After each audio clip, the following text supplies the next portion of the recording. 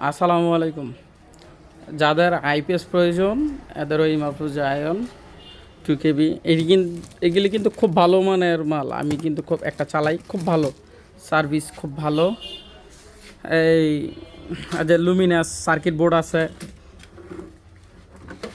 এই যে 48 ভোল্টের, যদি আপনাদের কারো লাগে কয়েল নিতে পারবেন। এই যে রহিমা মাহফুজের জাম্বো, এটা কিন্তু 6 KB, এটা 6 KB সাইন ওয়েভ। তারপর ওই যে আরও আছে, আমি আপনাদেরকে লাইটটা একটু লাগিয়ে দেখাই।